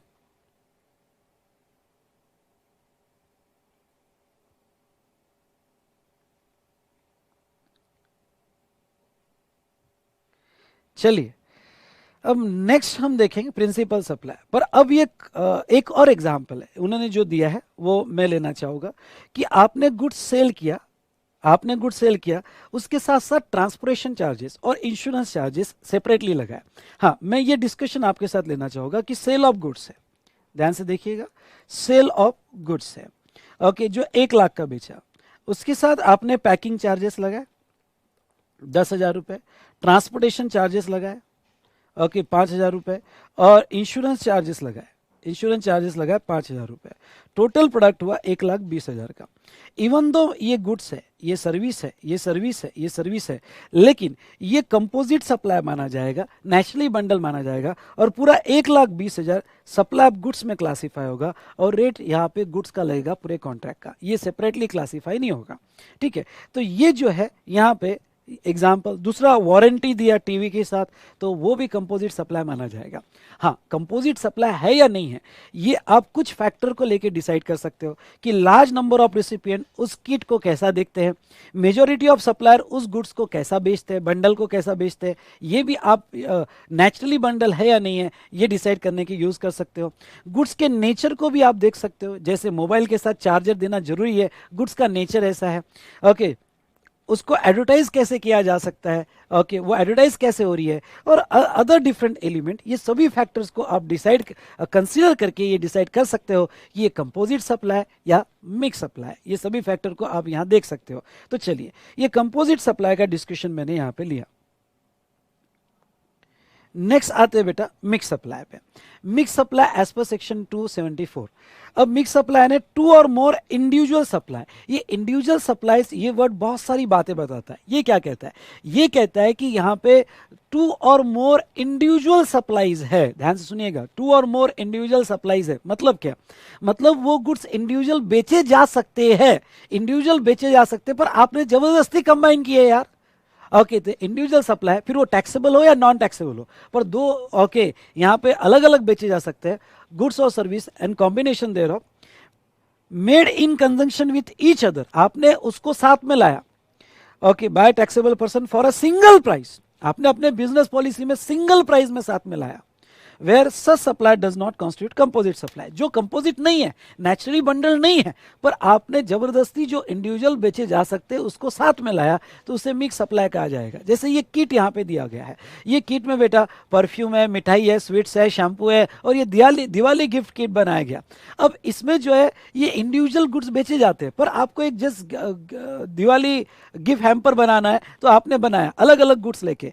तो अगर ऐसा कोई मिक्स सप्लाई आपने बनाया हो, और इंपॉर्टेंट है सिंगल प्राइस पे बनाया हो, जिसकी एक ही प्राइस लगा रहे हो, तो वो सिचुएशन में ये जो सप्लाई है, ये सप्लाई कंपोजिट सप्लाई माना जाएगा। और इस किट में जो हाईएस्ट रेट वाला गुड्स होगा, लेट्स टेक एग्जांपल शैम्पू, ये शैम्पू जो है ये हाईएस्ट रेट है और इसको 28% का जीएसटी है, अज्यूम करना है 28% का जीएसटी है, तो पूरी किट शैम्पू की मानी जाएगी। अरे सर परफ्यूम नो, अरे सर स्वीट नो, अरे सर चॉकलेट नो, ओके, जिसका हाईएस्ट रेट है पूरी किट वो शैम्पू की मानी जाएगी। शैम्पू ये गुड्स है तो पूरा सप्लाई गुड्स का माना जाएगा और 28% पूरे किट को लग जाएंगे। तो यहाँ पे ओके आप कहोगे सर बाकी no, but shut only cut to cut. Mix supply बड़ा डेंजरस सिचुएशन है, जिसे मैंने कुछ एग्जांपल्स यहाँ पे दिए हैं। तो यहाँ पे ना आपका एक सवाल हो सकता है कि सर ये मिक्स सप्लाई में स्पेसिफिकली लिखा है कि सिंगल प्राइस, मैंने सर किट बनाई पर एक प्राइस नहीं लगाई, सबकी प्राइस मैंने बिल में अलग लगाई। अगर सबकी प्राइस बिल में आपने अलग अलग दी, बिलिंग कैसी हो रही है बहुत इंपॉर्टेंट है, आपने कैसे बांध के दिया है, किट कैसे बनाई ये इंपॉर्टेंट नहीं है, बिलिंग कैसे हो रही है। समझ लो हर चीज आपने एक किट में बना के दे दी, लेकिन आपने बिलिंग हर प्रोडक्ट का, परफ्यूम का प्राइस अलग, उसके बाद में यहाँ पे शैम्पू का प्राइस अलग, स्वीट्स का प्राइस अलग, अलग अलग प्राइस दी होगी, तो फिर वो मिक्स सप्लाई नहीं माना जाएगा, वो इंडिविजुअल रेट में क्लासिफाई होगा। लेकिन सबको सिंगल प्राइस में ले लिया तो फिर वो मिक्स सप्लाई माना जाएगा। आई रिपीट, वो मिक्स सप्लाई माना जाएगा और उसके ऊपर जीएसटी आएगा। तो ये था डेफिनेशन हमारा कंपोजिट और मिक्स सप्लाई और उसका क्लासिफिकेशन। ठीक है, उसका क्लासिफिकेशन। ना एक सवाल आया है कि sir PD lecture supply of goods है या सर्विस है। बेटा मैं जितना मेरा एक्सपीरियंस है सर्विस टैक्स का और अभी का, पीडी लेक्चर ये सप्लाई ऑफ सर्विस है, क्योंकि पीडी लेक्चर में डोमिनेंसी सर्विस की है ना कि पेन ड्राइव की। पेन ड्राइव सिर्फ मीडिया है आप तक पहुंचने का। जैसे मैं आपको जो बुक्स देता हूँ, अपने क्लास चालू होता है बुक्स देता हूँ, बुक्स ये मीडिया है, मतलब मैं जो कह रहा हूँ वो बुक से आपको समझ रहा है, ये स्क्रीन पे बुक आ रही है वो समझ रहा है, तो बुक सिर्फ मीडिया है। ठीक है, बुक्स ये गुड्स है पर वो मीडिया है। हमारी pre dominancy contract service contract है, इसलिए पीडी क्लासेस गुड्स में नहीं जाते। कुछ लोग उसको गुड्स में क्लासिफाई करते हैं जो गलत है। मेरे हिसाब से PD classes always classifiable as a supply of service. Okay, वो कंपोजिट सप्लाई है पर as a supply of service जाएगा। Dominance contract, predominance and a principal supply उसमें सर्विस का है। ठीक है, चलिए, तो अब ये हुआ रिगार्डिंग टू यहां पे कंपोजिट और मिक्स सप्लाई जो मैंने आपको बताया। इससे रिलेटेड यहाँ डिस्कशन हमारा एंड होता है। अगर इससे रिलेटेड कोई डाउट है तो आप पूछ सकते हो, इससे रिलेटेड कोई डाउट हो तो आप पूछ सकते हो।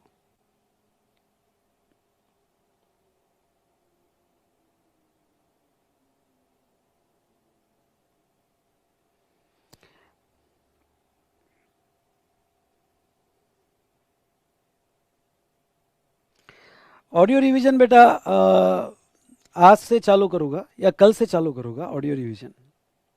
और कोई डाउट? ऑडियो रिवीजन जो मैं टेलीग्राम पे शेयर करता हूँ कल से चालू करूँगा।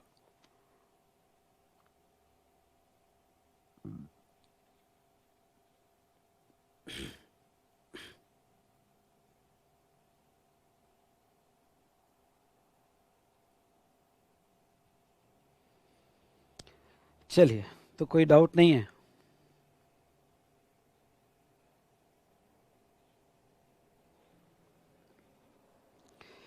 तो इस तरह से हमने ये पहला चैप्टर कंप्लीट किया। सॉरी, हमने ये 3 चैप्टर कंप्लीट किए, introduction, levy and supply of goods. तो ये 3 टॉपिक पे हमने हमारा डिस्कशन कंप्लीट किया है। हाँ, अब कुछ इंपॉर्टेंट पॉइंट मैं आपको बता दूं। सबसे पहले तो आपको ये बता देना चाहूँगा कि आज मेरा क्वेश्चन का पहला सेशन अपलोड होगा। ठीक है, शाम तक हो जाएगा अपलोड। अब हमने जो भी डिस्कशन किया है साथ साथ में आप क्वेश्चनर्स कंप्लीट करो। हाँ, मेरे डिस्कशन में जहाँ स्पेसिफिक क्वेश्चंस मैंने यूज़ करना चाहिए तो मैं यहाँ अपने बूस्टर रिवीजन में यूज़ करूँगा। बूस्टर रिवीजन में क्वेश्चन है कि कुछ क्वेश्चंस में यूज़ करूँगा जहाँ मुझे ऐसा लगता है कि ये क्वेश्चन से ही समझाया जा सकता है, वहाँ मैं हमारे रिवीजन के क्वेश्चंस यूज़ करूँगा। ठीक है, लेकिन मैं आपको ये कहना चाहूँगा कि यहाँ बाकी क्वेश्चन है डिस्कशन का मैंने यूट्यूब पे अपलोड किया है, वो ज़रूर कीजिएगा। तो ये रिवीजन के साथ साथ वो बूस्टर रिवीजन भी आपकी सॉरी क्वेश्चन या डिस्कशन भी आपका हो जाएगा, तो यहाँ आपके लिए बहुत बेनिफिशियल होगा। नाउ इस बार का क्वेश्चन या डिस्कशन, जैसे मैं आपके सवाल देख रहा हूँ, तो इस बार का क्वेश्चन या डिस्कशन जो है वो नए क्वेश्चन के बेस पे है। इसलिए आज का जो लेक्चर अपलोड होगा दोनों चैनल पे, V smart academy as well as think GST think Vishal sir पे, तो जो दोनों चैनल पे अपलोड होगा बेटा, तो इसमें पहला आधी घंटा आपने ध्यान से सुन लेना। उसमें आपका डिस्कशन कैसे होगा, आपको नया क्वेश्चन बाय करने की ज़रूरत होगी, जो मेरी गिव अवे प्राइस थी और अब गिव अवे प्राइस ख़त्म हो गया है तो आने वाला प्राइस क्या रहेगा, इसके बारे में पूरा डिटेल में डिस्कशन किया हुआ है।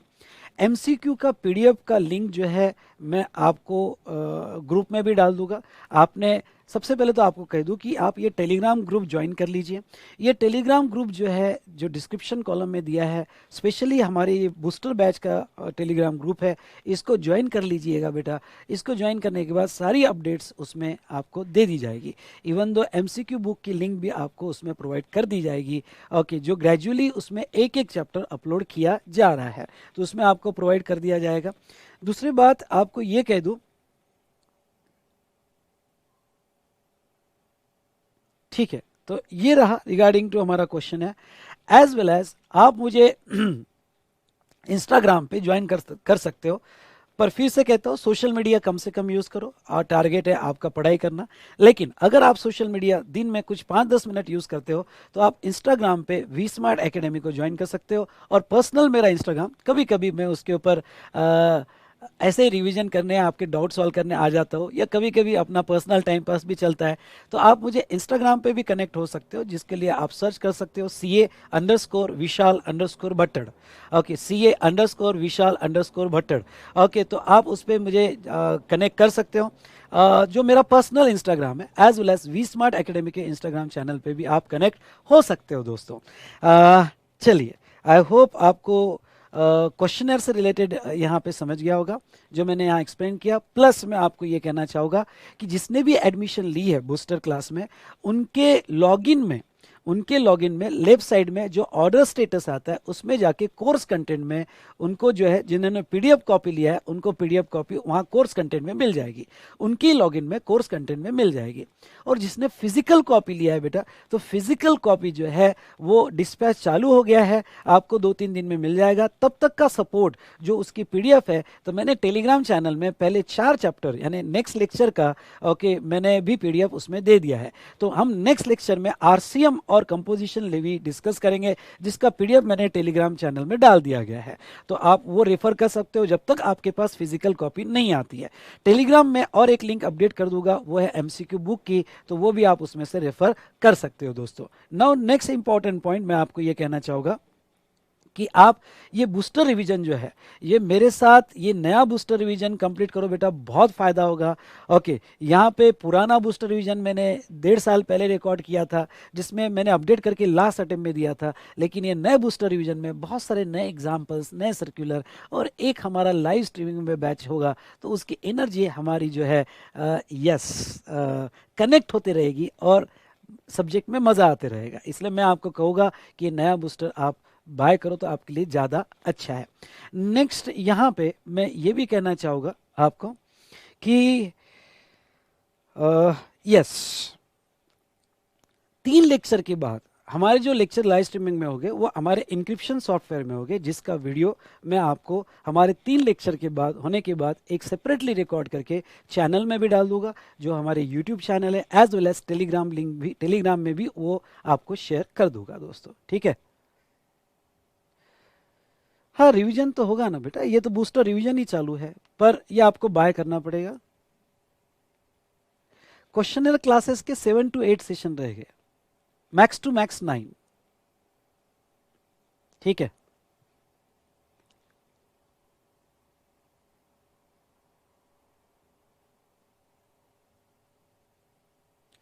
फ्री सैंपल फ्री गुड्स का एकांश हम सेपरेट डिस्कशन आगे करेंगे। फ्री सैंपल फ्री गुड्स, ये आईटीसी में इसका क्लैरिफिकेशन है।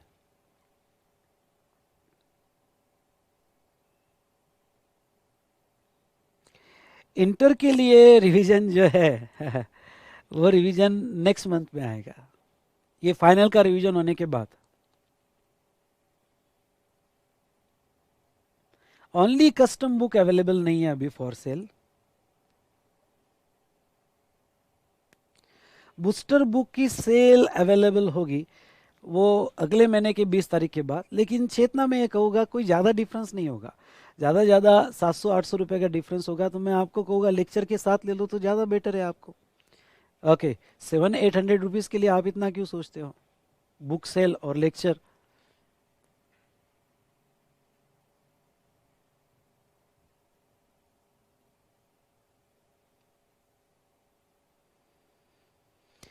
तो चलिए दोस्तों, आई होप आपने आज का सेशन एंजॉय किया होगा। नेक्स्ट सेशन में हम देखने वाले आरसीएम और कंपोजिशन लेवी, बहुत अच्छा डिस्कशन करेंगे। तो आपके लिए कल जो है बहुत अच्छा डिस्कशन में लेके आऊंगा सुबह 7 बजे।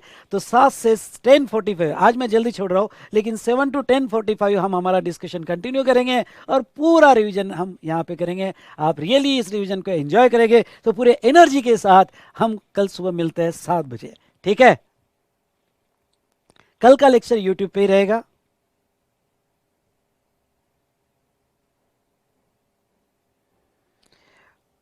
शांतनु, अभी जो ये लाइव सेशन है इसके डेमो बुक नीचे डिस्क्रिप्शन कॉलम में जो टेलीग्राम लिंक दी है वो ज्वाइन करो। सो ओके, बाय दोस्तों, thank you to all of you. कल मिलता है सुबह 7 बजे। जिसको भी कुछ डाउट होगा तो लेक्चर 1 का पहला आधी घंटा और लास्ट का 15 मिनट देख लीजिएगा, आपके सभी डाउट्स क्लियर हो जाएंगे। तो ओके, बाय, टेक केयर, मिलते हैं tomorrow sharp at 7 o'clock। So bye बच्चों।